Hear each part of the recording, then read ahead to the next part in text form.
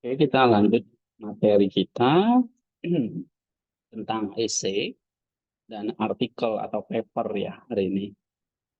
Eh,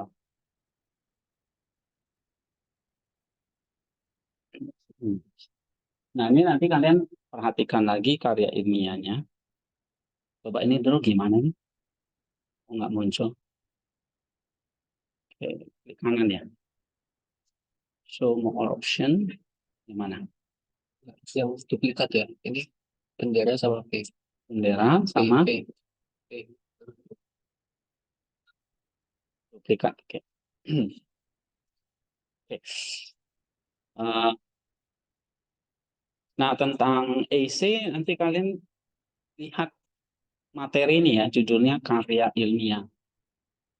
Saya nggak ulang-ulang lagi, tapi kalian ingat minggu lalu kita belajar tentang essay yang punya struktur pendahuluan, isi atau badannya, dan penutupnya. Ya. Dan itu kalian harus tulis. Saya nggak tahu apa kapan ini mereka mesti kumpul. Hari ini ya, saya minggu depan ya. Nah, nanti minggu depan coba diatur, ada yang presentasi, terus nanti dikoreksi sebagai contoh. Ya, minggu depan harus selesai ya essay-nya. Nah, nanti Bu Eta, Bu Sutrisa akan atur siapa yang presentasi. Lalu nanti beri feedback, tanggapan, komentar, perbaikan, evaluasi gitu ya. Oke, sekarang tentang eh, makalah atau paper. Nah, minggu lalu kan saya juga sempat singgung apa beda makalah dengan essay. Nah, ini essay ya. Kalau makalah itu sebetulnya essay yang dikembangkan lebih akademis, lebih dalam. Kalau essay mungkin kita nggak terlalu panjang, ide-idenya nggak terlalu kompleks, ya. Tetapi kalau makalah lebih kompleks, oke, dan lebih eh, dalam, lebih banyak referensi. Kalau essay misalnya kalian pakai satu dua referensi cukup, tapi kalau makalah lebih dari itu. Ya, kalau essay misalnya satu halaman, dua halaman, ya, mau makalah bisa 10 halaman, ya. Tapi cara buatnya sama sebetulnya, ya, karena cakupan dari makalah ilmiah itu ya sama, ini sama-sama karya tulis yang sistematis, objektif, ya. Kalau saya sebut makalah itu artinya apa? Paper ya di sini. Kalau saya sebut artikel itu maksudnya jurnal. Nah, kalau artikel ilmiah atau jurnal itu lebih dalam lagi daripada makalah atau paper. Ya, karena di jurnal ilmiah itu kamu harus menyertakan state of the art-nya, ada gap analisisnya, dan apa novelty-nya atau tesisnya. Ya. Jadi kalau saya bilang novelty itu maksudnya tesis. Nah, baik itu di essay, di makalah atau paper, di artikel itu semua harus ada tesis. Cuma kalau di artikel itu namanya novelty, harus ada kebaruan. Kalau di makalah tidak perlu, ya kalian cukup menguraikan topik yang sudah luas, yang lebih luas. Topik yang memang udah banyak orang bahas, luas. Misalnya kalian dapat, saya tahu misalnya kewarganegaraan ya, ada disuruh buat makalah atau paper tentang apa? Hah? Kekerasan. Cuma itu atau topik lain? Korupsi misalnya. Itu kan topik-topik yang udah luas. Ya, apalagi misalnya tentang ah, persatuan negara, ya kan? Apa? Kalian apa? Ngomongnya gimana? Oke, ketelantaran terhadap anak. ya dan sebagainya. Oke, ini jadi makalah itu cakupannya itu lebih luas timbang artikel ilmiah. Makanya analisisnya nanti dalam makalah ilmiah cenderung apa?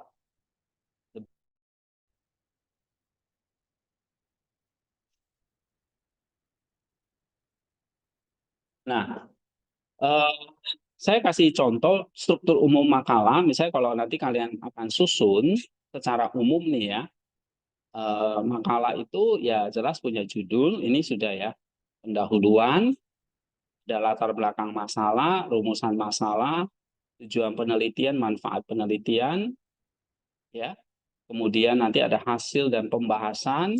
Metode ini masuk nanti dalam pendahuluan, ya.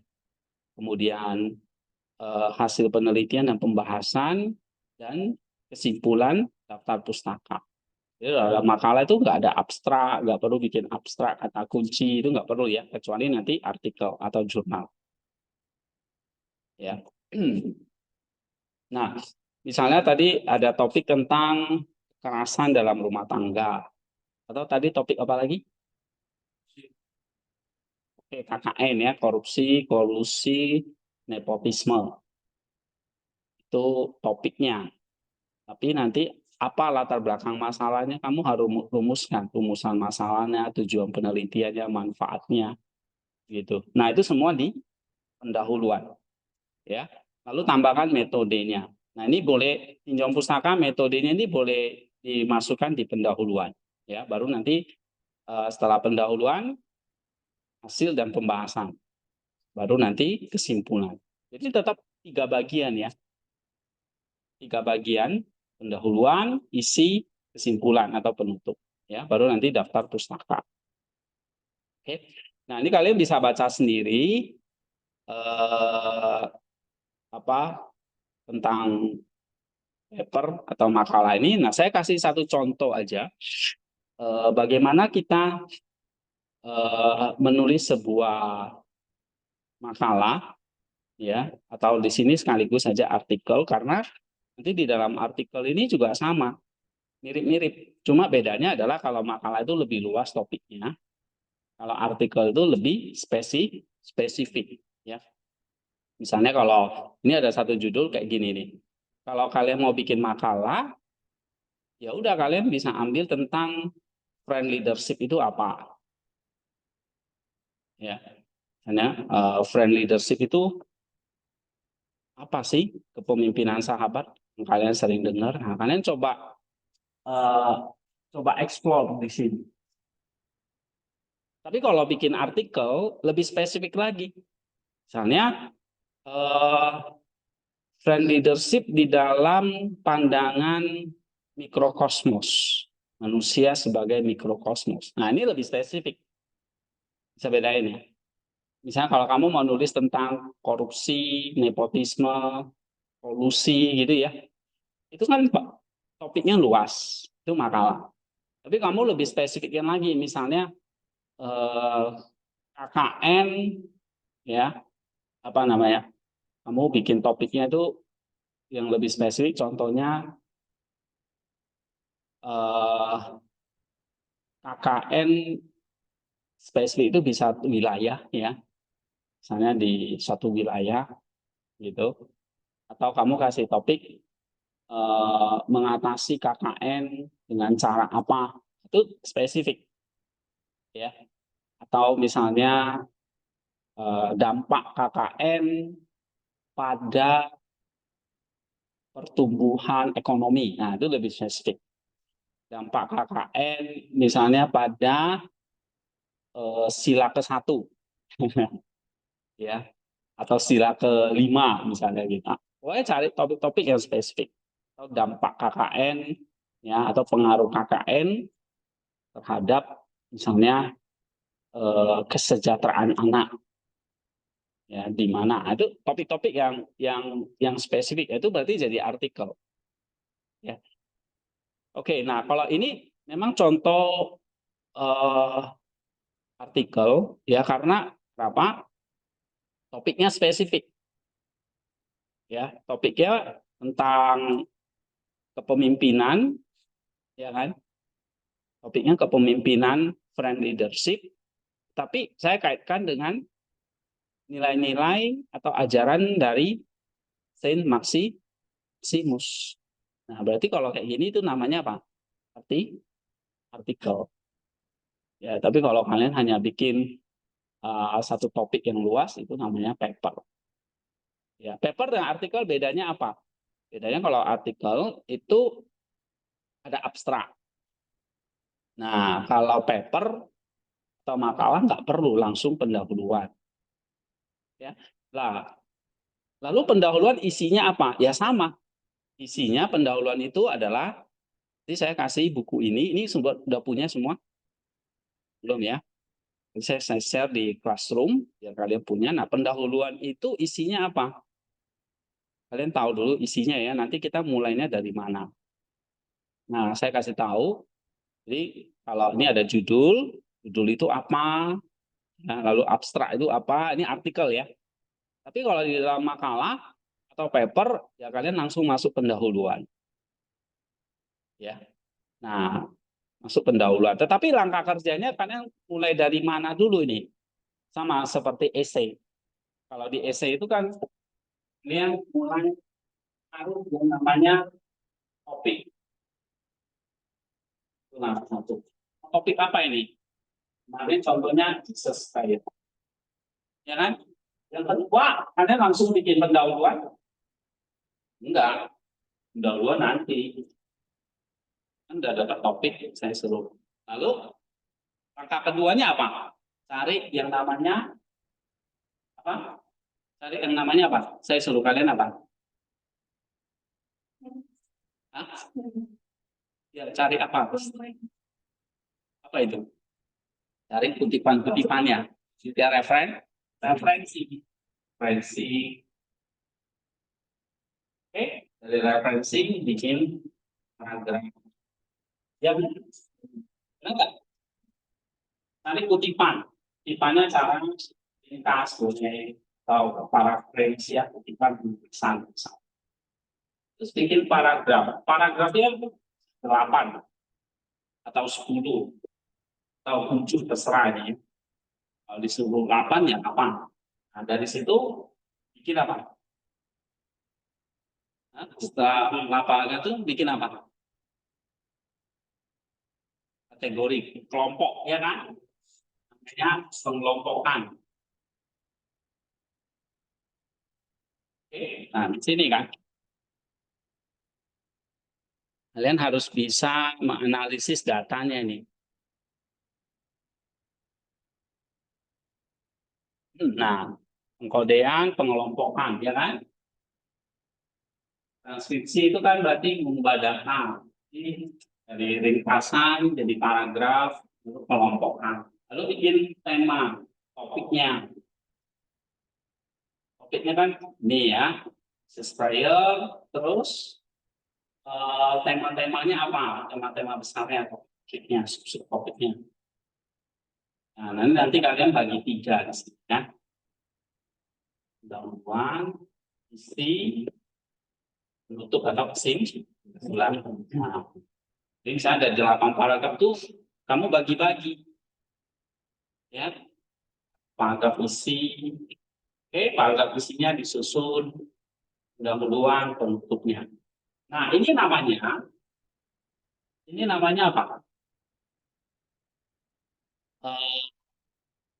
Ini namanya kita sedang mengerjakan hasil dan pembahasan. Ya, atau istilahnya ini namanya apa? Temu. Oke.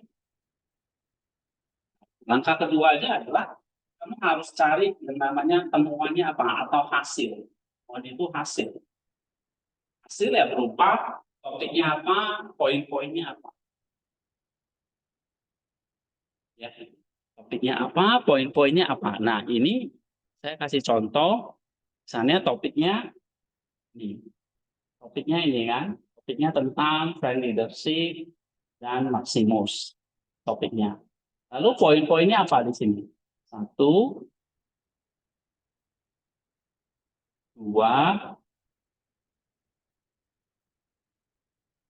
3, 4. Nah, ini poin-poinnya. 5, 6, 7, 8, 9, 10. Nah, itu poin-poinnya. Itu namanya hasil. Ya. Nah, dari hasil baru kamu masuk ke pembahasan. Pembahasan itu berarti paragraf-paragraf ya.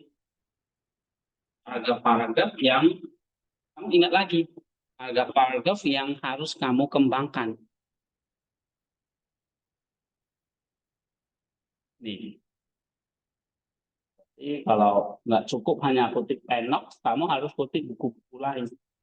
Nah, ini kalau nanti bikin makalah atau artikel begitu. Kalau essay nggak perlu. Tapi kalau makalah atau paper atau artikel jurnal, kamu harus tambahkan biru. Nah, ini namanya pembahasan.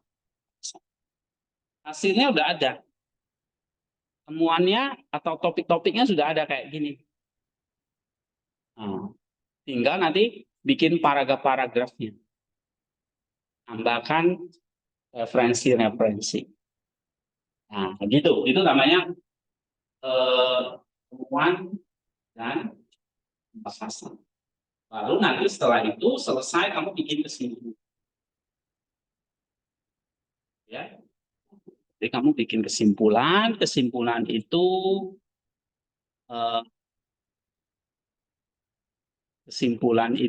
nanti apa? Nanti kita bahas satu-satu. Ya, ini masih langkah-langkahnya. Pertama ini cari hasil atau temuan ya dalam bentuk gambar, tabel atau deskripsi boleh. Jadi poin-poinnya. Contoh kalian bikin essay, topiknya Jesus Prayer, nanti semuanya apa? Poin 1, poin 2, poin 3. Itu topik-topik paragrafnya apa kalau essay. Tapi kalau artikel itu ada poin 1, poin 2, poin 3 dan seterusnya. Kayak tadi contohnya. Ya. Nah, habis itu masuk angka kedua apa? Pembahasan. Pembahasan itu berarti paragraf-paragrafnya itu diperdalam, ditambah artikelnya. Ditambah referensinya kayak gini. Ya, nanti kalian lihat contohnya. Nah, dibuat jadi kayak gini. Oke. Nah, setelah itu apa? Kamu masuk kesimpulan temuan penelitian. Apa kontribusinya? Ya, cek apakah tujuan telah terpenuhi. Setelah kesimpulan, tulis metodenya. Nah, kalau di makalah biasanya dinyatakan metodenya di dalam pendahuluan. Tapi kalau di artikel terpisah, ya kayak gini, pendahuluannya harus ditulis dengan nih hasil dan pembahasan ini yang kita kerjakan dulu. Selesai hasil dan pembahasan, kamu kerjakan kesimpulannya. Setelah kesimpulan selesai, kamu kerjakan metodenya. Nah, ini ada bab khusus tentang poin khusus tentang metode. Metode atau metode penulisan. Oke. Nah, setelah metode selesai, baru langkah kelima buat introduction atau pendahuluan. Nah, baru nanti kamu bikin pendahuluan. Oke, nanti kita lihat pendahuluan itu isinya apa aja, metode isinya apa aja dan sebagainya ya. Nah, lalu pendahuluan baru kamu bikin abstrak. Abstrak itu apa saja nanti kita pelajari dan kata kunci ya. Lalu buat judul. Ya, topik itu bukan judul ya. Judul bukan topik. Tapi judul berkaitan dengan topik. Nggak mungkin judulnya A, topiknya B. Ya. Nah, ini judul tapi bukan topik, saling berkaitan. Judul yang suitable, yang cocok dan mewakili temuan riset. Oke, baru cek and recheck. Atau di sini periksa lagi, ya edit lagi, cek and recheck. Kamu cek sendiri boleh, dicek sama teman boleh, ya. Lalu tulis daftar pustaka, referensi, Lalu bikin acknowledgement ini kadang-kadang perlu, ya. Kalau enggak, ya kamu bikin template. Nanti kita kasih template, kamu submit OJS mana, jurnal mana ya. Saya udah kasih contoh kan, minggu lalu contoh OJS ya. Lalu setelah submit, ya udah kamu melanjutkan lagi riset lainnya. Jangan tunggu pasif. Ya. Oke. Nah, ini langkah-langkahnya yang kita kerjakan. Langkah pertamanya ya memang kamu cari topik, lalu cari temuannya dengan cara kamu baca, ngutip, ya. Nah, ngutip itu setelah kamu ngutip, kamu kategorikan kutipan-kutipan. Memang nggak harus bikin paragraf dulu, nggak apa-apa. Yang penting kumpulkan dulu kutipannya. Misalnya mau bahas tentang kekerasan atau tentang apa? Telantaran anak, apalagi topiknya korupsi, ya kan? Kamu cari dulu kutipan-kutipannya. Misalnya cari sebanyak mungkin. Mulai misalnya 40 kutipan, kasih kode. Kutipan 1, kutipan 3, kutipan 4, dan seterusnya sampai 40 misalnya. Dari buku-buku. Ya, terus kamu kasih bukunya halaman berapa gitu supaya nggak lupa. Gitu ya, kasih catatannya. Nah, ini model apa aja cukup. Ya. Atau kasih nomor buku apa, pengarangnya siapa, halaman. Oke. Nah, setelah 40 kutipan, kamu mulai ini pengkodean sudah, kamu mulai mengelompokkan. Mengelompokkan itu artinya apa? Mengelompokkan kode-kode yang memiliki kesamaan atau hubungan. Misalnya kutipan 1 sampai 4. Ini ada kesamaannya. Ini bisa match tuh. Misalnya kutipan keempat dengan 40 ini sama. Nah, bisa gabungkan. Jadi kamu harus bisa mengelompokkan. Ya, mengelompokkan misalnya jadi berapa kelompok. Katakanlah 5, 1, 2, 3, 4, 5. Nah, intinya ini semua kutipan. Poin 1 misalnya 5 kutipan. Poin 2 ada 10 kutipan. Poin 3 ada 4 kutipan dan seterusnya. Ya. Nah, misalnya ada 6 kutipan. Ini ada misalnya 15 kutipan. Nah, kayak gitu. Ya. Nah, ini kamu kelompokkan.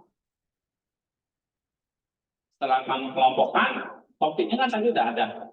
Topik itu jadi intinya, nah ini subpoin. Nah, ini namanya temuan penelitian atau hasil.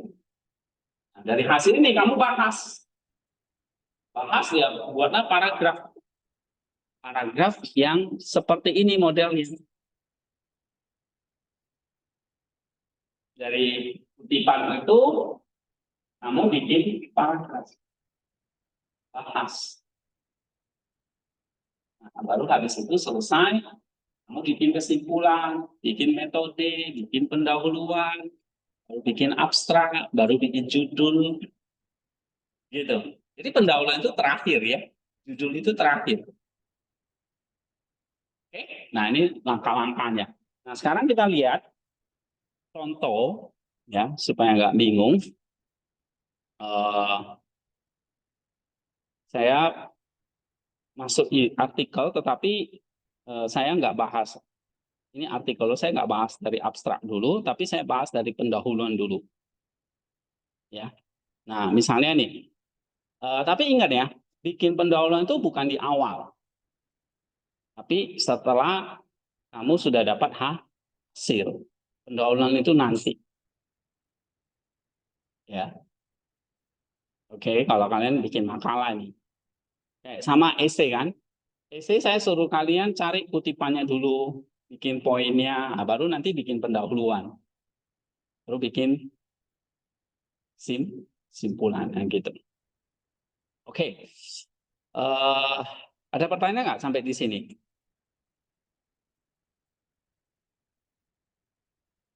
Ada yang mau ditanyakan? Kalau nggak ada, saya langsung masuk materi ini. Jadi ini tentang artikel, tentang makalah ya. Jadi ini tentang materi ini artikel atau makalah, tapi sama saja.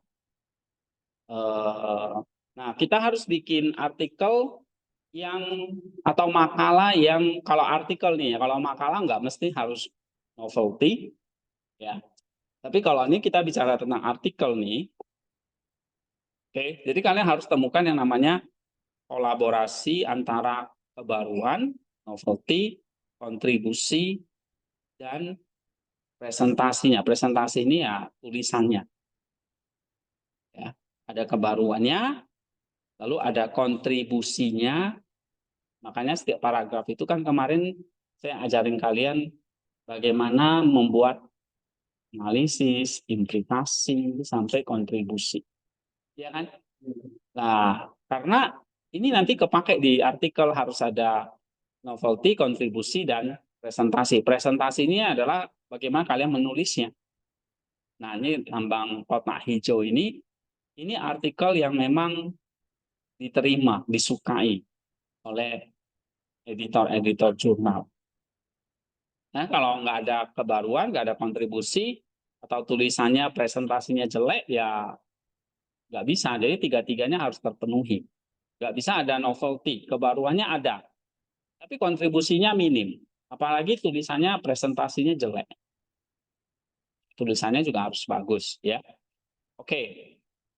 Nah, nanti saya kasih contoh novelty itu apa. Saya udah ngajarin nih ya. Novelty itu artinya kebaruan. Nah, cara menemukan novelty-nya bagaimana? Cara menemukan novelty-nya nanti kamu harus tulis dulu yang namanya penelitian-penelitian terdahulu, lalu kamu cari gap-nya, dari situ baru ada kebaruannya. Ya, penelitian-penelitian terdahulunya apa, gap-nya apa, lalu baru di situ ada novelty-nya. Novelty-nya itu kebaruan itu biasanya itu ada di semua ya. Pendahuluan harus ada, di metode ada, di hasil dan diskusinya ada. Itu ada novelty-nya. Nanti kalau di dalam kalimat itu di mana? Warna apa novelty-nya? Kalau dalam paragraf novelty-nya warna apa? Hitam. Ya kan? Udah lupa ya? Enggak kan? Evidence ini kutipannya. Novelty-nya di mana? Hitam. Hitam ini bisa kalimat analisis boleh, novelty boleh, implikasi boleh. Ya kan? Nah, kontribusi warna hijau. Berarti novelty-novelty ini harus ada di setiap paragraf, baik di pendahuluan, di metode, hasil diskusi, ya. Sehingga struktur sebuah artikel itu kayak gini. Ada judul, ya kayak gini.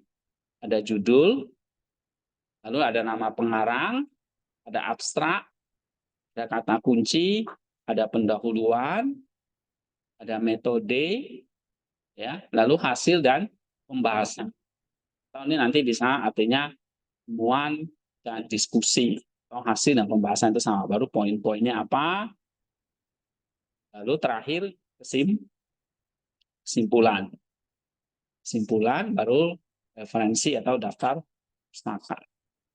Ya. Nah, itu adalah struktur umum sebuah artikel. Tetapi novelty-nya ya ada di dalam paragraf-paragrafnya. Ada novelty di pendahuluan, metode, hasil, diskusi, gitu ya. Sama juga ada kontribusi. Nah, kontribusinya kita taruh di mana? Di warna hijau. Ya kan? Warna hijaunya itu ada di kontribusinya di mana?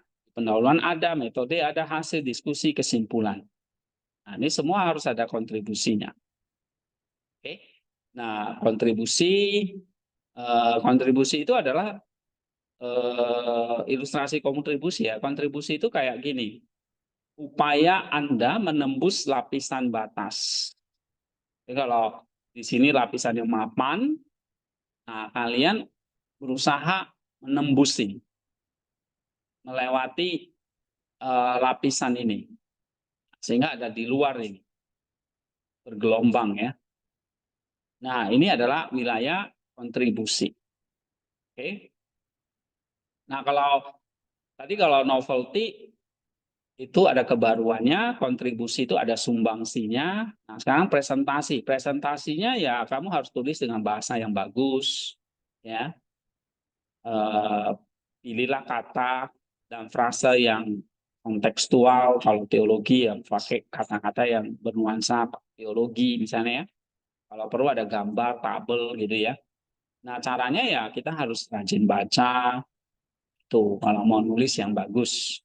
Nah, kalian ditantang di sini selama belajar lebih kurang 3-4 tahun gitu ya, 7 semester. Kalian mesti rajin baca, rajin nulis, ya, memanfaatkan aplikasi, katakanlah harus pintar mendelay dan sebagainya, ya, cakaman komputer, kayak Word, ngetiknya, oke? Nah, ini latihan semua, nggak bisa saya ngajarin kalian hari ini, terus besoknya kalian sudah pintar.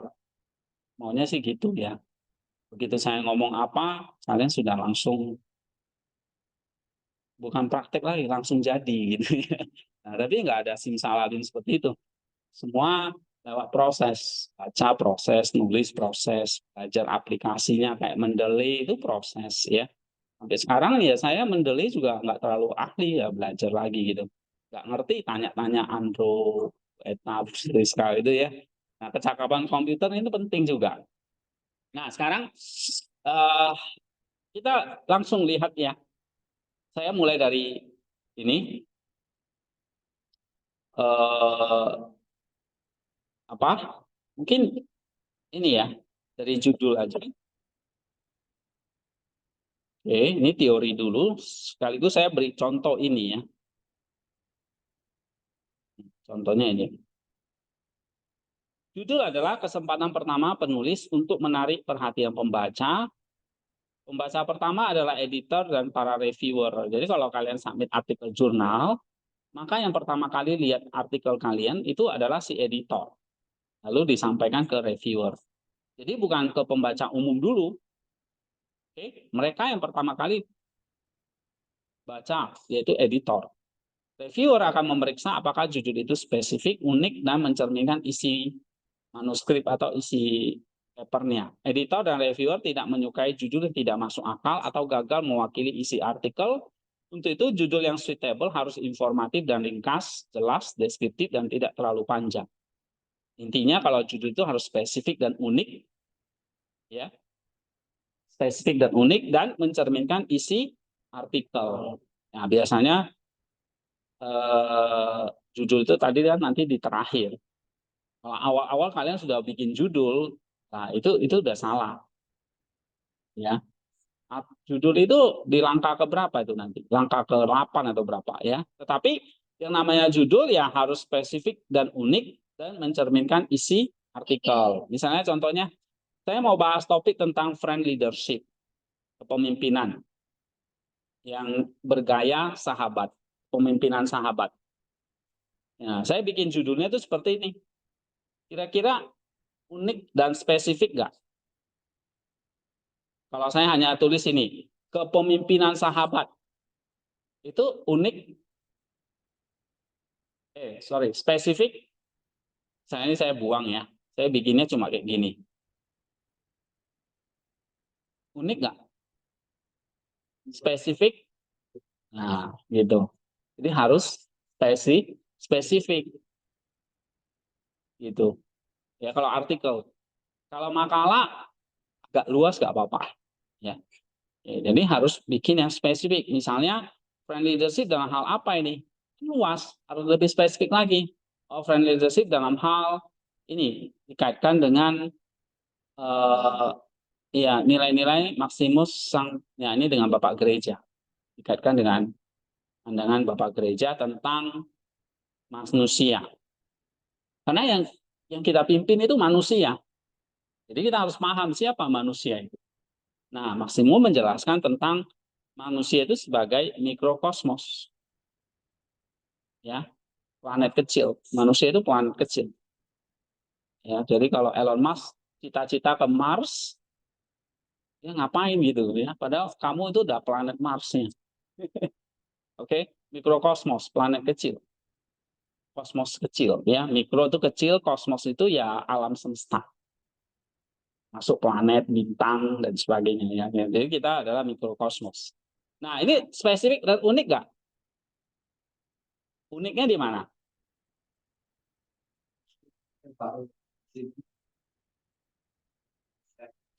Iya, uniknya adalah kalau unik itu berarti apa pengertian unik? Unik itu memang iya aneh gitu ya. Bukan aneh tapi memang punya ciri khas itu unik. Ya, kayak Setiaman dikatakan unik kenapa? Karena punya ciri khas yang nggak dipunyai indera, nggak dipunyai yang lain. Apa misalnya? Keunikan Setiaman apa? Hah? Kalau laki-laki ya Indra juga laki-laki, berarti bukan unik. Apa keunikannya? Ciri khas Setiaman ketimbang cowok lain misalnya di sini. Apa? Misalnya hidungnya mancung. Kalau yang lain di sini pesek semua. Ya kan? Nah, itu ciri khas keunikan Setiaman. Oke, misalnya model rambutnya kayak apa ya? Oke. Nah, yang lain nggak seperti itu. Misalnya ya, itu keunikan. Bisa paham? Oke, spesifik. Spesifik berarti apa? Khusus. Ya, kalau misalnya tadi saya cuma ngomongnya kayak gini, ini nggak spesifik, spesifik. Nah, ini kalau spesifik, ya. Terus yang ketiga apa? Mencerminkan isi artikel nggak? Mencerminkan, ya. Kalau enggak, berarti diubah lagi. Harus mewakili seluruh isi artikel. Jadi kalau orang baca judul ini, dia udah tahu ini artikel ini akan bahas apa. Kepemimpinan, terus bahas apa lagi? Pemimpinan sahabat, ya. Terus bahas apa lagi? Nilai apa? Nilai-nilai dari, iya pasti belajar tentang mikrokosmosnya San Maximus. Lalu belajar mengintegrasikan, nah gitu. Oke, jadi kalau judul ini sudah harus bisa apa?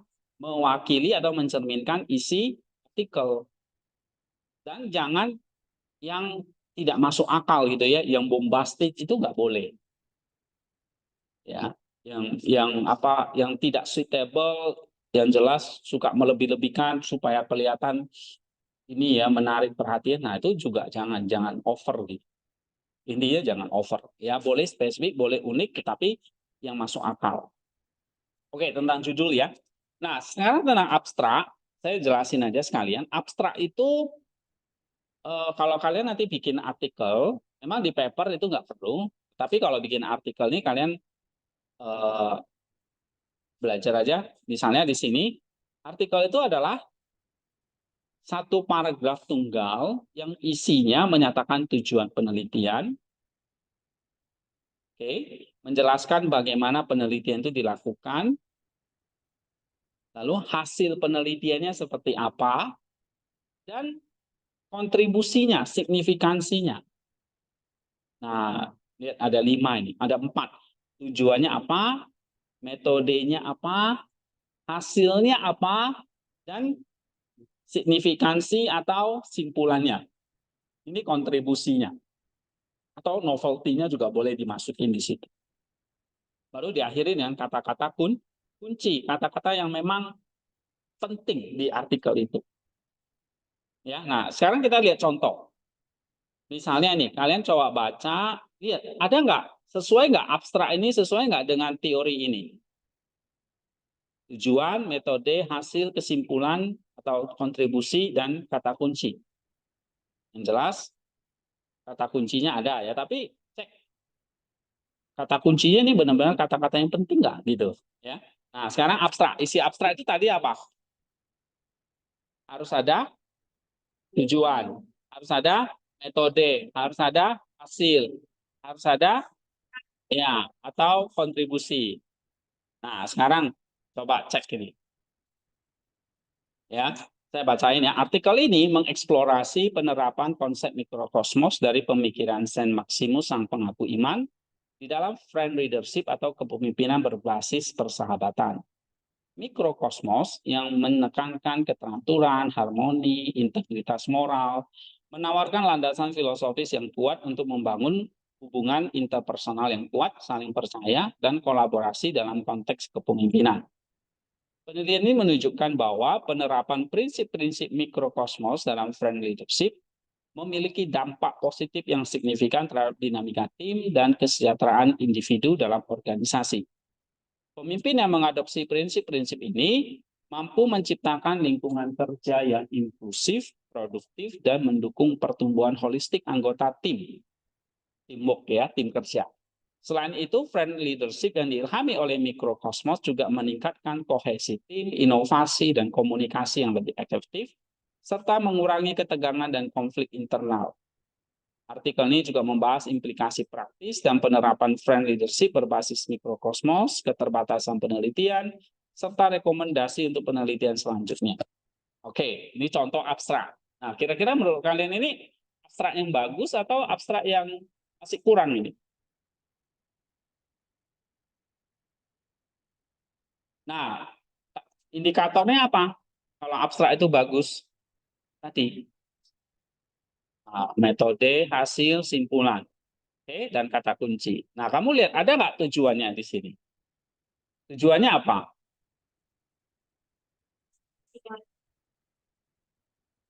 Apa?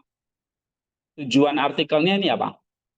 Yang mana namanya kalimat tujuan di mana? Ini ya. Nah, ini. Oke, ini namanya kalimat tujuan.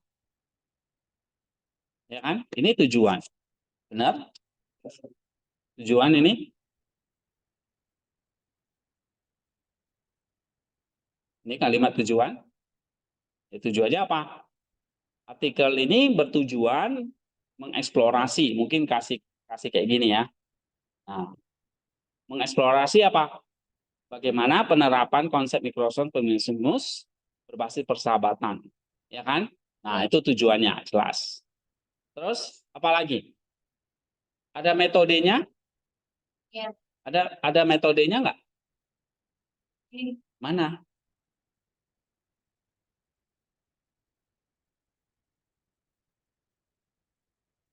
Nggak ada ya, ya kan?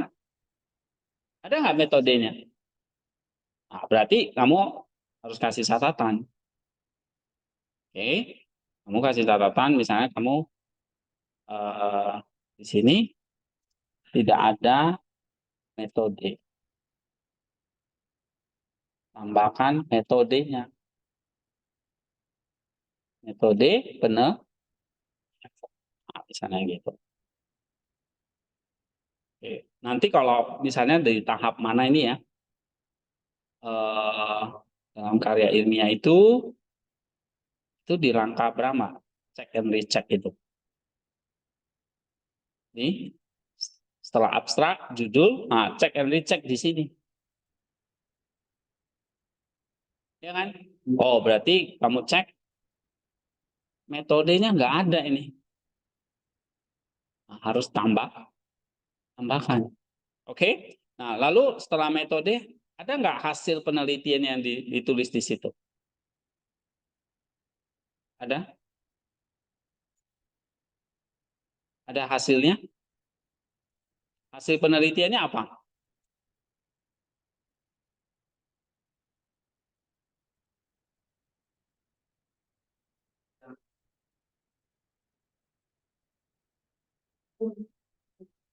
Iya, hasilnya ini nih. Ya kan? Iya. Ini. Oke? Kira-kira ini ya kan? Hasilnya ini. Nah, lalu ada nggak signifikansi hasil atau dampaknya? Kontribusi lah, dampak itu kontribusi. Sumbangsinya ada nggak?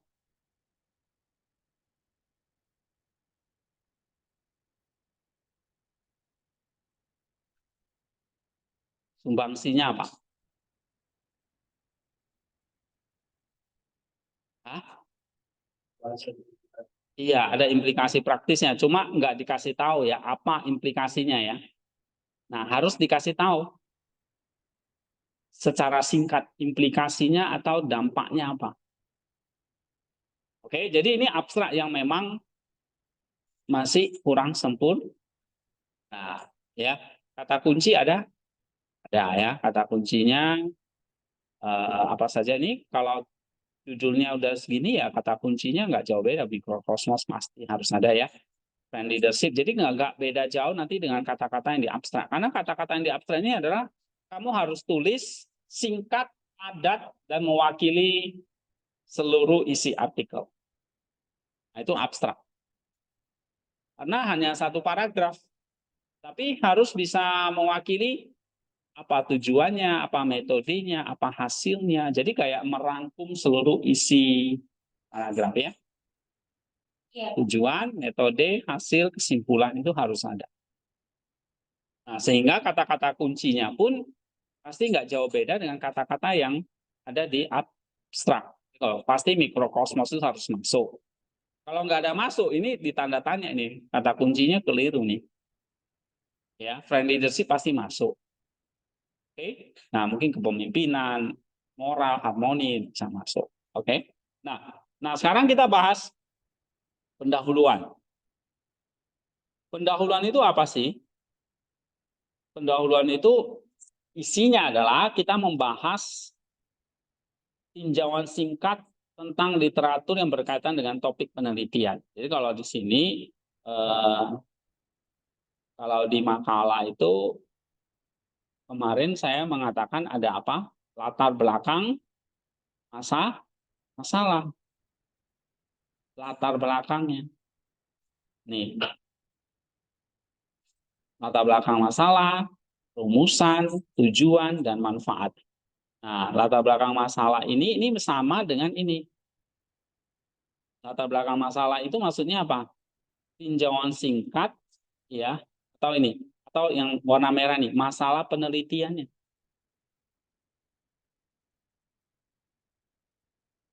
Selalu pendahuluan itu pasti nomor satu masalah penelitian.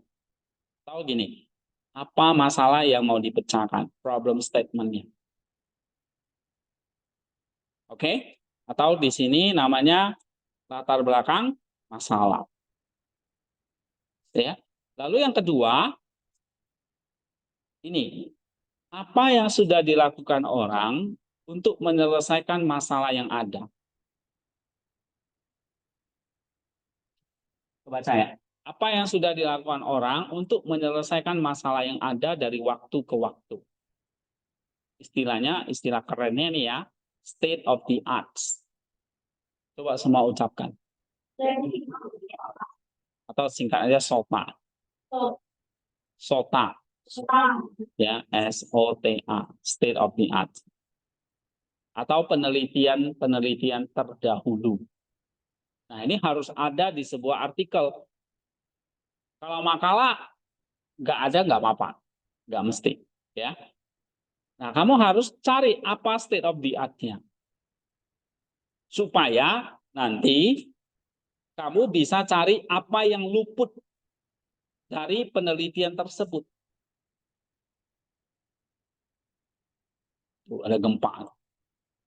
Atau potensi yang tersedia dan belum tergarap oleh peneliti-peneliti lain. Jadi kalau kamu menyatakan state of the art-nya misalnya ada 3 nih artikel yang kamu temukan tentang topik yang sama. 1, 2, 3. Ya.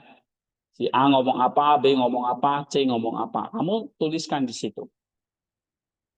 Lalu kamu cari apa yang luput. Luput itu tahu ya? Apa yang hilang, apa yang tidak terbahas oleh mereka. Paham? Oke, baru kamu tulis konsep apa yang kamu tawarkan untuk mengisi kekosongan atau yang luput dari perhatian mereka. Nah, ini namanya novelty. Nomor 4 ini namanya novelty. Atau kalau di sini namanya rumusan masalah. masalah. Jadi rumusan masalah itu kamu tulisnya adalah simple aja. Rumusan masalah itu maksudnya gini. Kamu tuliskan state of the art-nya, cari apa yang luput, lalu novelty-nya apa untuk mengisi yang luput tadi, yang bolong-bolong tadi. Oke? Nah, baru nanti kamu tambahkan tujuan dan manfaat. Di sini harus ada tujuan dan manfaat itu boleh. Ya, tujuan penelitian, manfaat penelitian.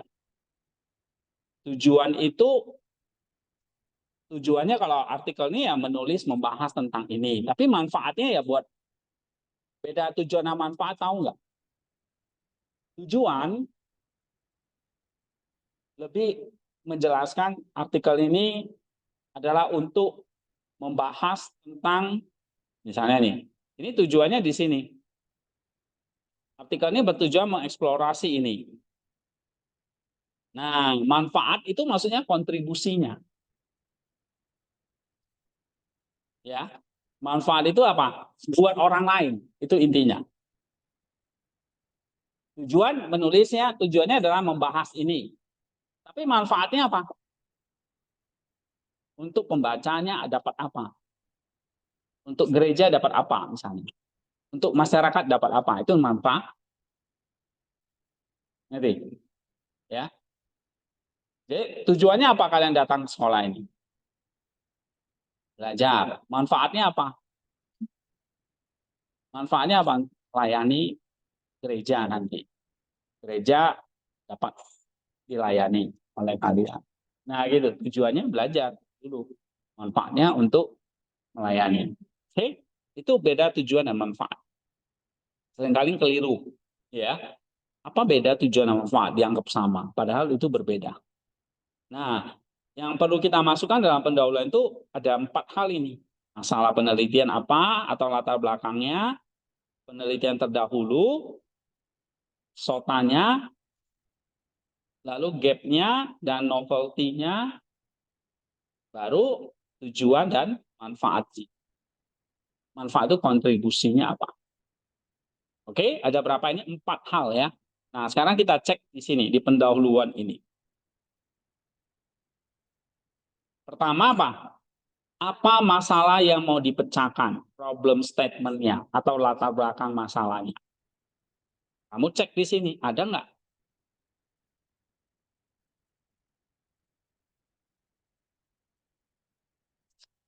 Kepemimpinan dalam konteks organisasi modern seringkali diwarnai oleh pendekatan hierarkis yang dapat menghambat dinamika tim dan kesejahteraan individu. Dalam upaya mencari model kepemimpinan lebih inklusif dan harmonis, konsep friend leadership atau kepemimpinan berbasis persahabatan muncul sebagai alternatif yang menarik. Model ini menekankan pada hubungan interpersonal yang kuat, saling percaya, dan kolaborasi. Nah, saya kutip dari Brown, dari Clifton, dari World Economic Forum. Oke? Nah, misalnya ini satu paragraf ini. Di sini ada nggak problem statement-nya? Atau apa masalah yang mau dipecahkan? Atau perhatian ini ya, dimulai dengan topik yang luas dan secara perlahan memusatkan perhatian pada pekerjaan yang sedang dilakukan. Ada masalah penelitiannya nggak di sini? Atau apa ada problem statement-nya nggak di ini kalimat ini?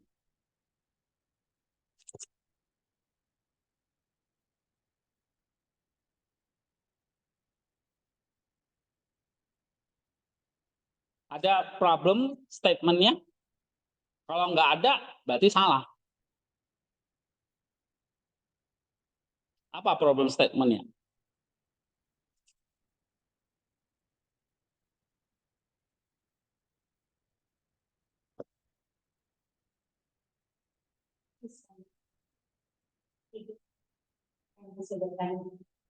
Iya, ini kalimat ini, benar nggak?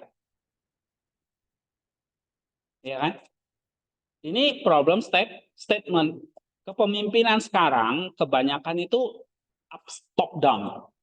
Hierarkis itu maksudnya atas ke bawah. Yang sering menghambat dinamika tim dan kesejahteraan tim itu. Nah, ini problem statementnya. Oke? Nah, harus ketemu nih. Ya. Coba kita misalnya lihat contoh lain. Jurnal apa ya?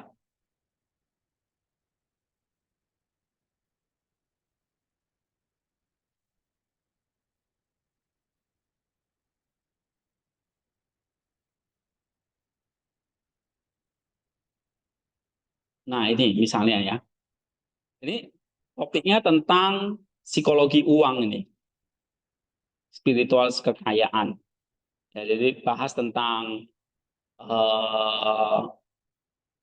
psikologi uang bukunya Morgan Housel. Ada judul bukunya namanya bahas tentang keuangan dan ya dari segi perspektif dia bagaimana mengelola keuangan tapi harus mengelola kejiwaan kita secara psikologi ya.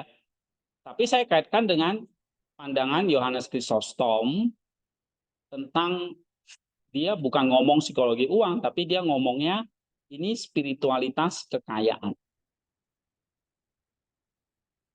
Oke, ini apa? Spiritualitas kekayaan. Ada kekayaan tetapi ada unsur spiritualitasnya, kerohaniannya. Nah, kalau Husserl bahas keuangan ada, kekayaan ada, tapi harus peranan psikologinya, kejiwaan yang mengelola uangnya itu harus ada. Nah, bagaimana itu digabungkan? Oke, nah misalnya dalam pendahuluannya ini, di era modern yang didominasi oleh materialisme dan konsumerisme, hubungan manusia dengan uang menjadi semakin kompleks dan paradoksal. Meskipun kemajuan ekonomi dan globalisasi telah meningkatkan akses terhadap kekayaan materi, hal ini juga memicu berbagai masalah psikologis terhadap terkait uang, seperti konsumerisme, keserakahan, dan ketidakpuasan. Seringkali keputusan keuangan didorong oleh faktor-faktor psikologis yang tidak disadari, seperti bias kognitif, perbandingan sosial, dan akuntansi mental, yang dapat mengarah pada perilaku keuangan tidak sehat, dan mungkin istilahnya kalian kurang ngerti ya, tetapi kalian coba cari aja apa ada problem statementnya nggak? Sementara itu ajaran-ajaran spiritual dan teologi seperti pandangan Yohanes Chrysostom tentang kekayaan menawarkan perspektif etis dan moral yang sering diabaikan dalam wacana keuangan kontemporer. Kesenjangan antara pemahaman psikologis modern tentang uang dan kebijaksanaan spiritual kuno menciptakan tantangan dalam mengintegrasikan kedua perspektif tersebut untuk mencapai kesejahteraan finansial yang holistik. Penelitian ini berupaya mengatasi kesenjangan antara psikologi uang modern dan kebijaksanaan spiritual kuno dengan mengintegrasikan wawasan dari buku The Psychology of Money, karya Morgan Housel, dan ajaran-ajaran Yohanes Chrysostomos tentang kekayaan dan sedekah dengan tujuan mengembangkan pendekatan yang lebih holistik terhadap pengelolaan keuangan. Pendekatan ini tidak hanya mempertimbangkan faktor psikologis yang mempengaruhi pengambilan keputusan finansial, tetapi juga mengintegrasikan nilai-nilai spiritual dan etika, sehingga tercapai pengelolaan keuangan tidak hanya sehat secara finansial, tetapi juga selaras dengan tujuan hidup yang lebih besar. Nah, di sini misalnya satu paragraf ini, ada nggak problem statement-nya? Masalah yang mau dipecahkan ada nggak?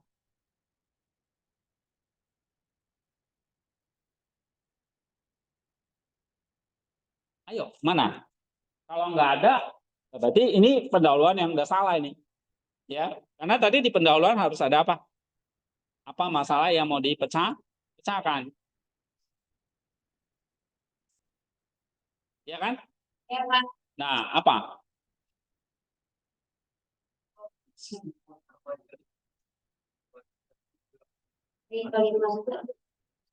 Iya. Berbagai masalah seksual seperti konsumen ini serta tidak. Terus dari mana sampai mana? Problem. Dari hubungan di era modern sampai ini ya berkelanjutan nih. Nah, Ini problem kan? Masalah keuangan sekarang ini problem. Bisa orang terjerat konsumerisme, terjerat keserakahan, terjerat ketidakpuasan, hutang dan sebagainya kan gitu. Itu problem. Terus apa lagi? Belum masalah faktor psikologis seperti pembandingan sosial, bias kognitif, ya, mental, akuntansi mental yang amburadul terhadap keuangan gitu maksudnya. Mengarah pada perilaku keuangan tidak sehat dan tidak berkelanjutan. Keuangan problem, soalnya saingannya sama Tuhan ini. Gitu. Sementara itu kita misalnya orang Kristen ini diajarin tentang apa? Ada etika, ada moral, ya kan? Nah, itu namanya apa? Ada masalah ini yang kamu mau pecahkan. Oke? Jadi problem statement itu lihat bisa panjang, tapi bisa juga ringkas seperti ini. Ya.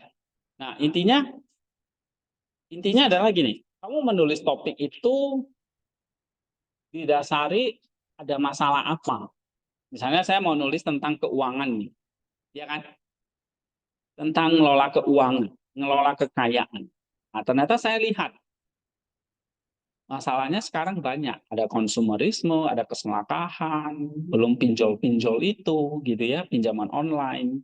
Oke. Sementara orang itu kan belajar tentang teologi, belajar spiritual, kemana itu semua?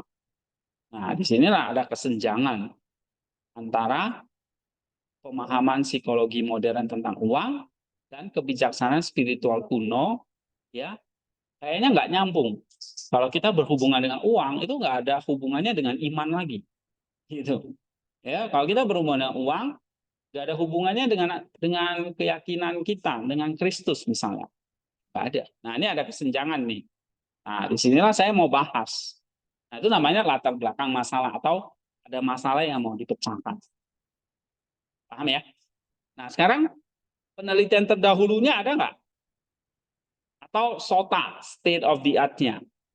Kamu harus ada. Misalnya ini. Coba, mana?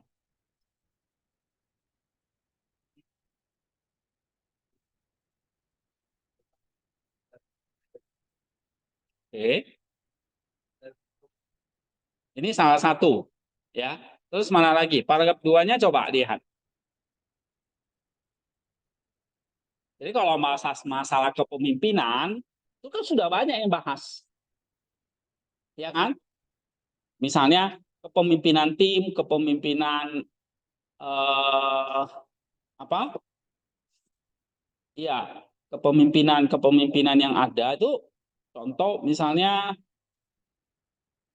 teori kepemimpinan transformasional, kepemimpinan hamba ya, pelayan, kepemimpinan otentik. Ini beberapa pendekatan yang telah mendapat perhatian signifikan dalam literatur. Oke? Jadi kalau teori-teori kepemimpinan itu sama, mereka juga mencoba memahami dinamika antara pemimpin dan anggota tim. Jadi selalu ada ketegangan ini antara si pemimpin dan si pengikutnya. Ya. Sama kayak saya mimpin sekolah ini dengan kalian misalnya. Kadang-kadang saya pemimpin, kalian pengikutnya, ada ketegangan, ada tension gitu. Nah, bagaimana kepemimpinan itu bisa memahami dinamikanya sehingga tujuan tim itu tercapai, ya. Memahami dinamika. Ada model kepemimpinan yang transformasional, ada kepemimpinan pelayan, kepemimpinan otentik gitu, ya. Tapi juga ada model kepemimpinan namanya friend leadership. Oke, yang berfokus pada aspek persahabatan dan hubungan interpersonal, tapi masih relatif kurang dieksplorasi. Nah, ini problem sekaligus penelitian terdahulu ini. Terus kamu baca lagi, meskipun berbagai model kepemimpinan telah dikaji secara mendalam, masih terdapat kekurangan dalam pemahaman tentang bagaimana hubungan persahabatan dapat digunakan sebagai dasar untuk kepemimpinan yang efektif. literatur masih jarang mengeksplorasi pengaruh persahabatan terhadap dinamika tim dan kesejahteraan individu dalam konteks kepemimpinan. Nah, kalau saya nulis kalimat ini sudah bahas tentang apa? Bahas tentang ini, gap analis atau yang luput. Ya. Nah, kamu lihat apa yang luput di sini? Apa yang luput? Kan banyak yang bahas nih, ada dari Avolio, Greenleaf, Gardner, bahas tentang model-model kepemimpinan ini. Tapi apa yang luput dari mereka?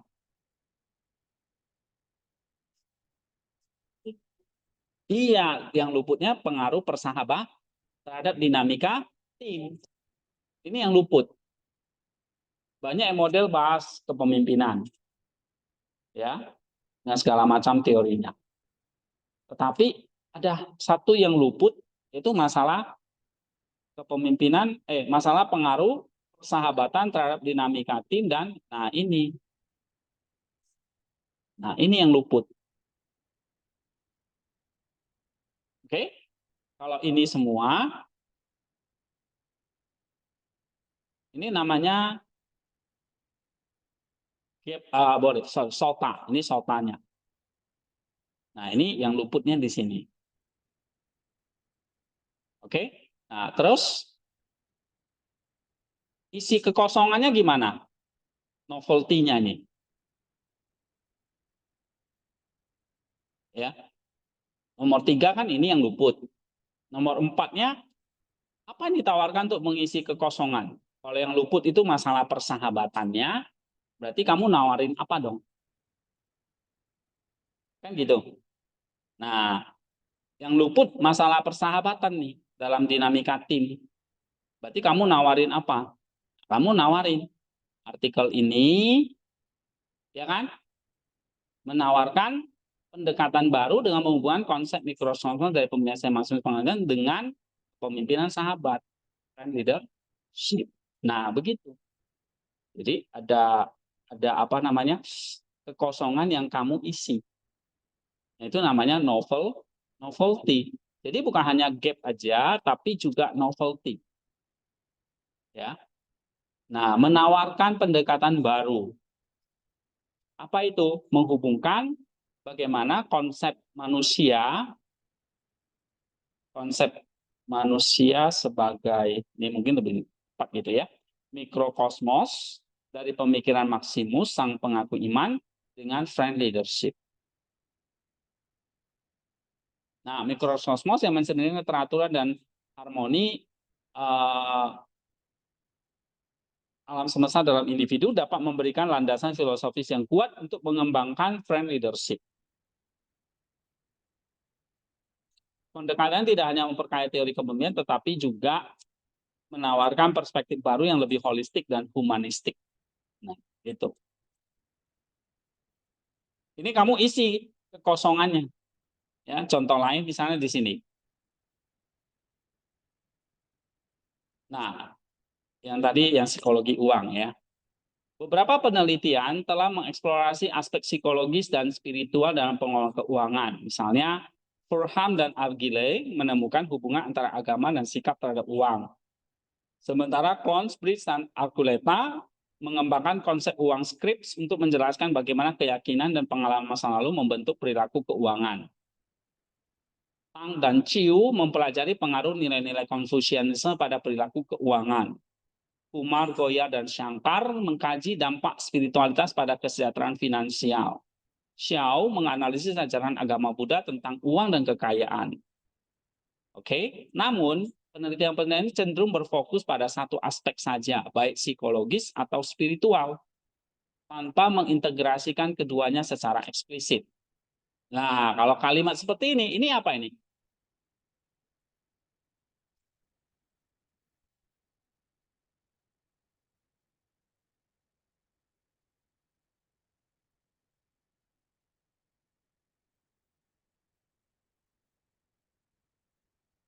Ini apa kalau di dalam ini namanya apa?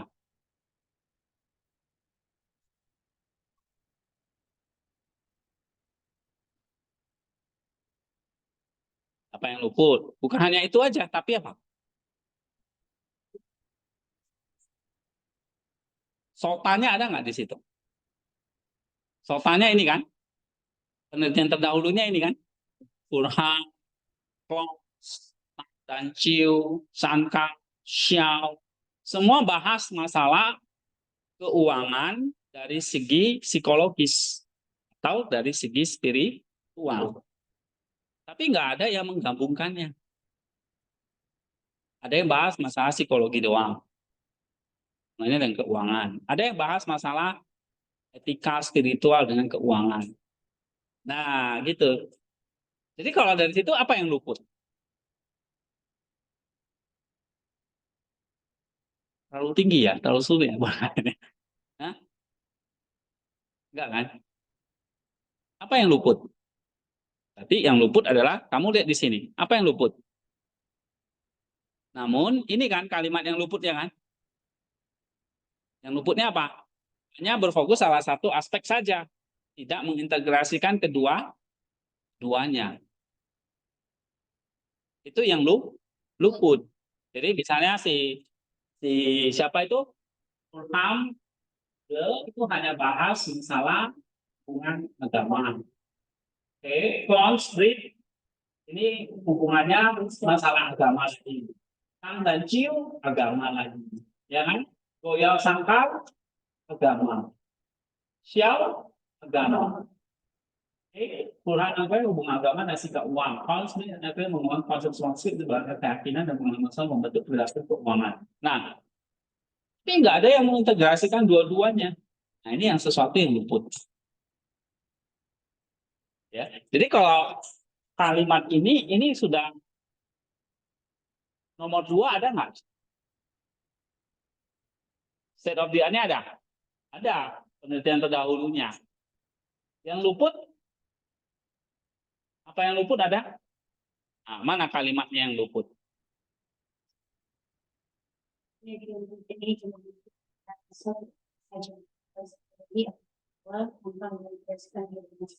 Iya, itu yang luput. Sopannya mana? State of the art-nya. Iya, beberapa penelitian telah mengeksplorasi aspek psikologis dan seterusnya sampai sini. Ya kan? Itu sopannya. Oke.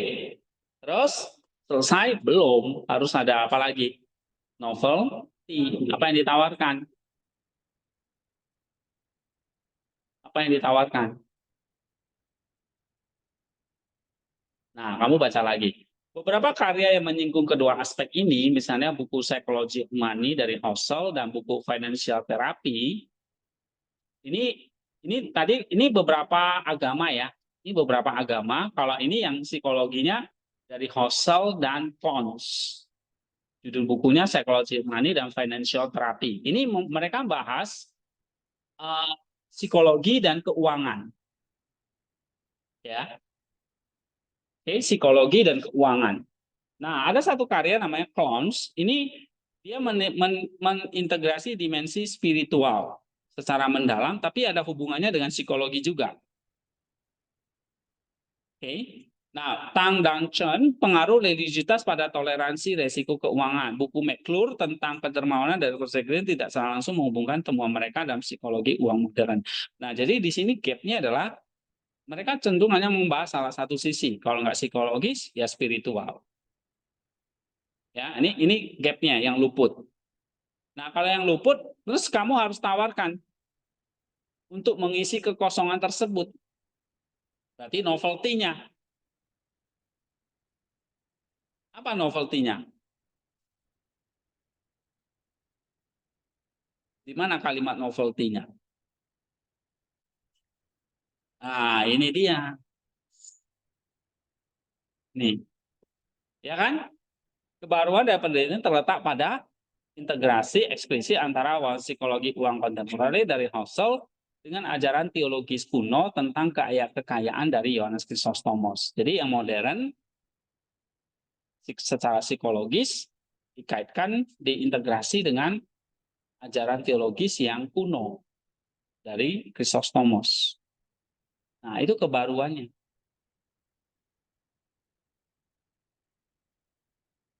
Itu cara berpikir artikel.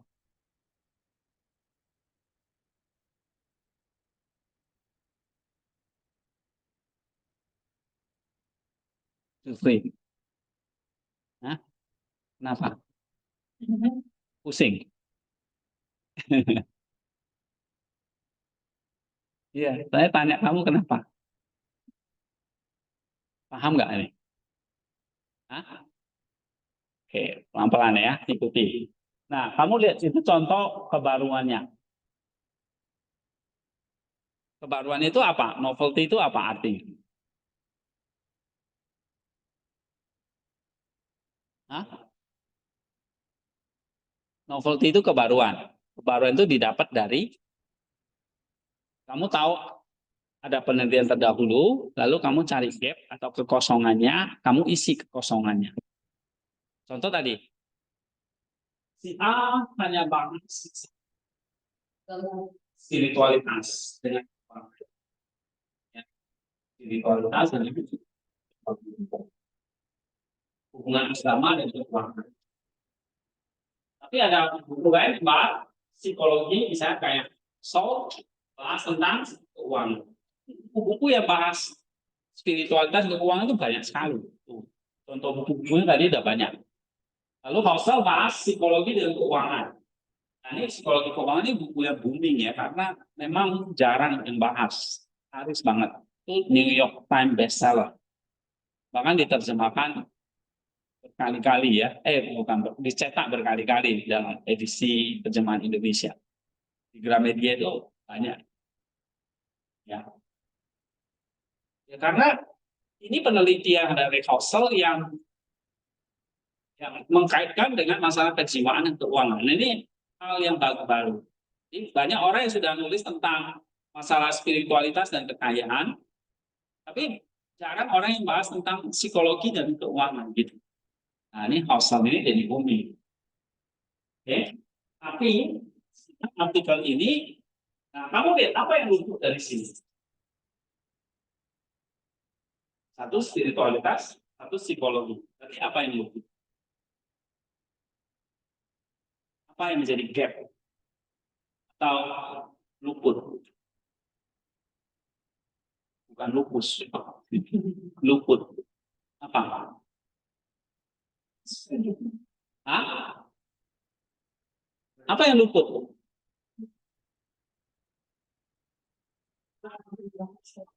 Iya, hanya salah satunya. Jadi kamu mau, nah, kamu nggak begini, ya kan? Kamu gaul gitu. Itu yang luput. Yang luput hanya bahas salah satu. Itu gap. Itu luput. Lalu novelty-nya apa? Kamu gabung. Jadi nggak? Ini konsep sederhana nih. Paham nggak? Nah, yang tadi misalnya satu lagi apa? Tentang kepemimpinan sahabat. Kepemimpinan sahabat banyak bahas tentang macam-macam model kepemimpinan. Ya kan? Tapi apa dulu? Satu lagi. Iya, itu yang diabaikan. Yang itu artinya yang terlewat gitu. Ya, yang terlewat yang tidak dibahas. Kamu cari yang luputnya apa, lalu kamu masuk di situ kasih novelty-nya, kebaruannya apa. Nah, kebaruannya adalah ini, kasih tahu mau bahas bagaimana pentingnya persahabatan dari digabungkan dengan konsep mikrokosmos. Persahabatan sendiri juga banyak teori nggak? Banyak, ya. Persahabatan, buku-buku tentang friendship itu mungkin ada kalau dieksplor lagi. Tetapi yang pakai model mikrokosmos terluput, terabaikan. Gitu. Nah, itu kamu isi dengan namanya novelty. Ya. Sehingga kamu cari apa yang luput. Itu namanya gap. Apa yang luput? Namanya gap. Lalu kamu isi gap itu namanya apa? Lagi ya, contohnya tadi satu bahas spiritualitas dan keuangan, satu lagi bahas psikologi dengan keuangan, atau kejiwaan dan keuangan. Oke, dua-duanya bagus. Tapi kamu jeli lihat apa yang luput? Yang luput kenapa nggak digabungin aja ya? Nah, ini yang luput. Kamu kasih satu kebaruan. Nah ini, kamu mau kebaruannya adalah atau novelty-nya adalah integrasi antara psikologi dan ajaran teologi.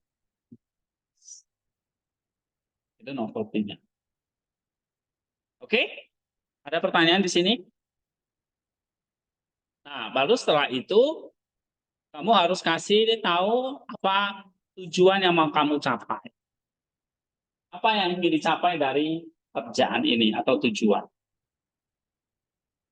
Oh, tulis apa tujuan artikel ini? Penelitian ini bertujuan untuk mengeksplorasi dan menganalisis bagaimana prinsip-prinsip mikrokosmos dapat diterapkan dalam praktik friend leadership untuk menciptakan lingkungan kerja yang harmonis dan produktif. Nah, ini dia.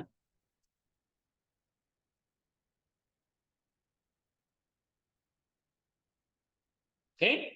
Penelitian ini juga bertujuan untuk menunjukkan bahwa friend leadership yang berakar pada konsep mikrokosmos dapat memperkuat dinamika tim dan meningkatkan kesejahteraan individu dan organisasi. Nah, itu tujuannya. Lalu kontribusinya apa atau manfaatnya?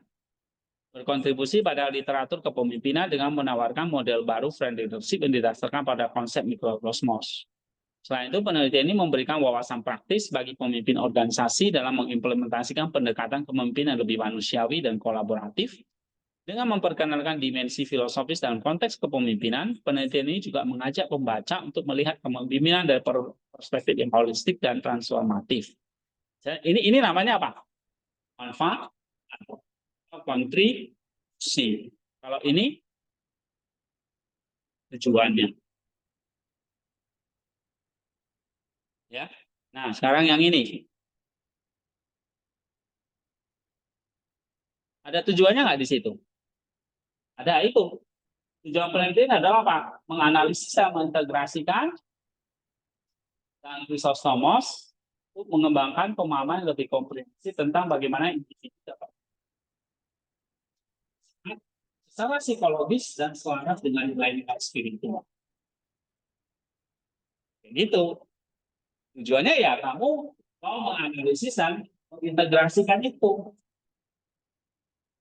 Nah, lalu implikasinya ini apa?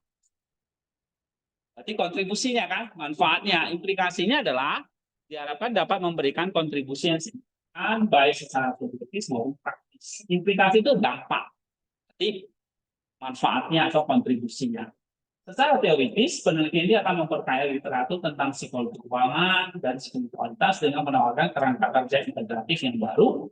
Secara praktis, penelitian ini akan memberikan panduan bagi individu untuk membuat keputusan keuangan dengan bijaksana dan bermakna, sekaligus menyediakan materi berharga bagi program pendidikan keuangan yang tidak hanya berfokus pada aspek teknis, tapi juga pengembangan sikap dan perilaku yang sehat terhadap uang. Nah, itu manfaat-manfaatnya buat orang lain. Lebih jauh lagi, penelitian ini diharapkan dapat mendorong refleksi diri tentang hubungan antara uang, nilai spiritual, dan tujuan hidup yang lebih luas, sehingga berkontribusi pada peningkatan kesejahteraan finansial dan spiritual individu, serta mendorong praktik pengelolaan keuangan lebih bertanggung jawab dan berkelanjutan di masyarakat. Jadi artikel kamu ada dampaknya ini, ada implikasinya, ada kontribusinya, ya, buat masyarakat pembaca artikelmu. Nah, itu harus kamu masukkan di dalam yang namanya pendahulu. Oke, sampai di sini dulu. Ada pertanyaan enggak? Hari ini sampai pendahuluan dulu. Ya. Yang kita tadi udah bahas. Oh ya, Jadi yang saya dominannya kita metode penelitian Pak. oh ya. Misalnya contoh. Oh ya, ini contohnya ini ya. Ini ada abstrak satu lagi. Coba kamu kaji. Kamu latihan sekarang. Coba. Abstrak ini memenuhi tujuan, metode, hasil, kesimpulan, kata kunci nggak? Dari yang ini. Ini kan belum. Ya kan? Nah, coba. Ada nggak tujuan penelitian di situ? Hasilnya, metodenya, kontribusinya ada nggak?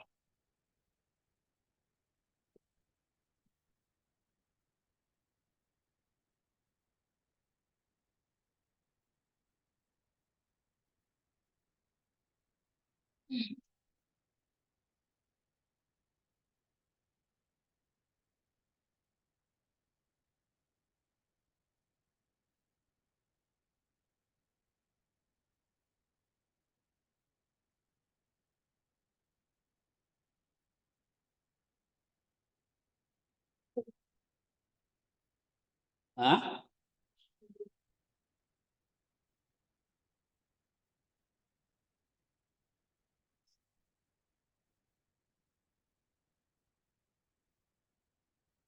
Ada tujuannya? Nah, hasilnya? Metodenya? Metodenya mana?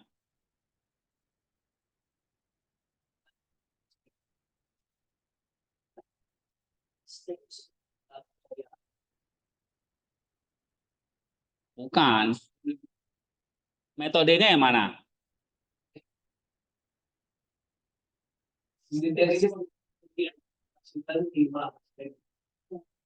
Sebelum itu. Iya, ini dia.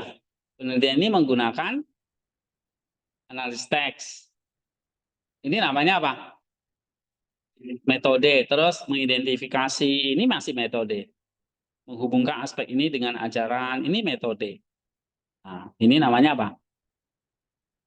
Metode. Kalimat metode. Oke, kalimat tujuannya mana? Nih. Ya kan?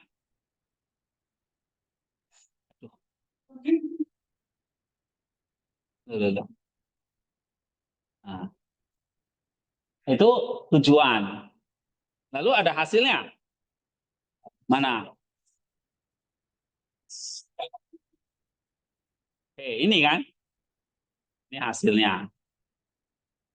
Lalu ada signifikansi atau kontribusinya? Ada. Yang mana? Iya, ini semua. Ya toh? Nah, jadi kamu nulis sebuah abstrak, minimal harus ada 4 unsur ini. Oke? Nah, lalu nanti kalau pendahuluan juga sama. Problem statement-nya ada nggak? Nih, ini problem statement-nya nih. Ini di sini panjang ini. Ini namanya problem statement semua. Masalah yang mau dipecahkan. Ini SOTA, ya ini SOTA ini. SOTA dan GAP, ya di sini. Nah, ini baru novel. Nah, ini baru 7. Ini baru kontribusi. Gitu. Oke, ikuti aja panduannya ini. Ya, udah jelas.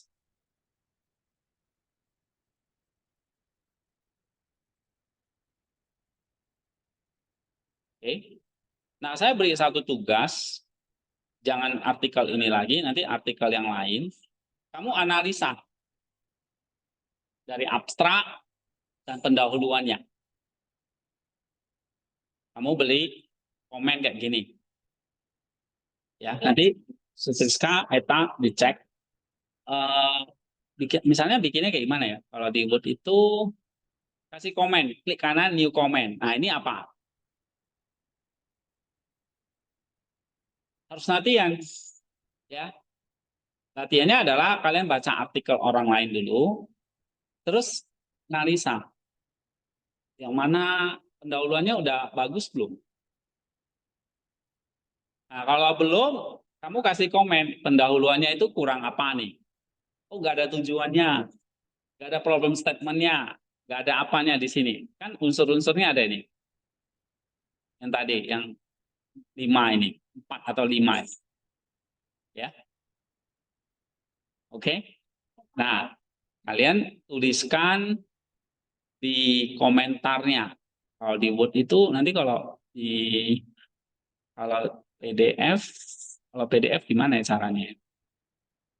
Bisa sih ya, kalau PDF itu kalian pakai ini ya, terus kasih ini, bukan copy apa? Iya, bukan highlight ya, komen ya. Bisa kok nanti ini di mana itu ya? Nanti kasih komennya. Di PDF bisa ya. Nah, dikasih komen, ini tujuannya, ini apanya gitu. Ya. Nah, artikelnya saya cari dulu deh. Artikelnya sih banyak sih.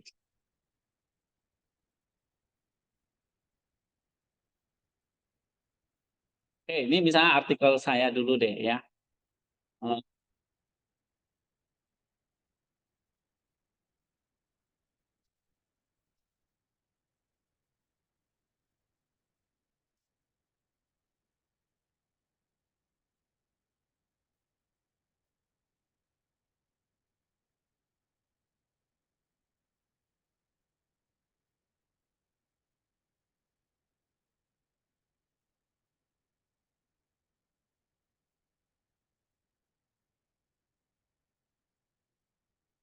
Eh, ini artikelnya Bu Eta aja nih. Ya, nah nanti kalian coba kaji, anggaplah kalian kayak jadi reviewer dulu, ya. Ini aja abstrak dan pendahuluannya. Cuma ini kan artikel belum terbit ya, si proses reviewer jangan dibagi ke orang lain dulu, atau di-upload dulu jangan. Nah, ini kalian kaji sudah lengkap belum ini? Ya nanti atau artikelnya nanti bisa diambil sama siapa kamu ya, bagiin sama mereka mulai kaji. Sama nanti materi ini ada kan kalian, nah, nanti upload di Classroom ya. Oke. Ikuti model 2 ini lebih simpel, model 2. Setelahnya ikuti ini aja. Sama judulnya ya. Judulnya juga di komentar ini. Spesifik dan unik nggak? Mencoba ngisi artikel nggak gitu. Ya. Oke. Ada pertanyaan? Dari ini?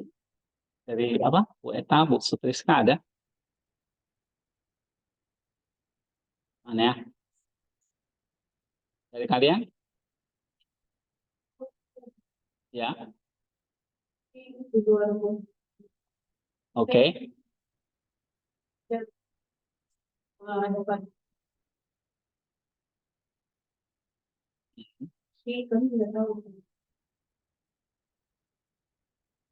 Apa? Meringkas.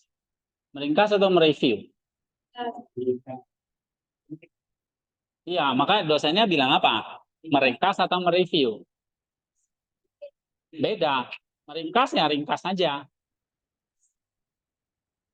Meringkas. Iya seperti biasa kalian meringkas mencari kutipan itu. Ambil poin-poin yang penting aja kan. Kan meringkas itu artinya apa sih? Iya itu. Kalau mereview, kamu harus meringkasnya dan kasih masukan. Misalnya kelebihan, kekurangan dari buku itu. Itu mereview. Ya, Jadi kekuatan, kelemahan dari buku itu. Atau kelebihan dan kekurangannya. Tapi kalau meringkas, ya meringkas saja. Cuma ambil poin-poin yang penting. Nih. Nah, yang jelas misalnya meringkas bukunya 100 halaman ya. Kamu ringkas saja jadi misalnya 15 halaman. Tergantung dosennya harus minta berapa halaman. Ya. Nggak ada aturan yang baku. Misalnya ringkas buku itu 100 halaman harus jadi 10 atau 20. Nggak ada aturan yang baku. Tergantung petunjuk dari dosennya. Tetapi yang namanya meringkas semuanya adalah baku dalam hal ini. Kamu harus bisa lebih pendek dari tulisan asli yang jelas. Jadi jangan bukunya 100 halaman kamu ringkas jadi 200. Itu bukan ringkas. Ya. Itu kamu mengarang lagi namanya. Ringkas pasti ambil hal-hal yang penting yang sifatnya lebih umum, general dan inti-intinya saja. Jadi tanyakan dosennya yang lebih jelas. Kalau ringkas dari 100 halaman buku misalnya harus berapa persen? Biasanya sih ya 10%. Jadi 90% itu dibuang. 100 halaman ya jadi 10 halaman. Kalau saya gitu. Ya, karena kalau jadi 50 lagi aduh, males bacanya. Ya. Jadi memang nggak ada aturan yang baku. Tergantung. Oke, ada lagi? Ya.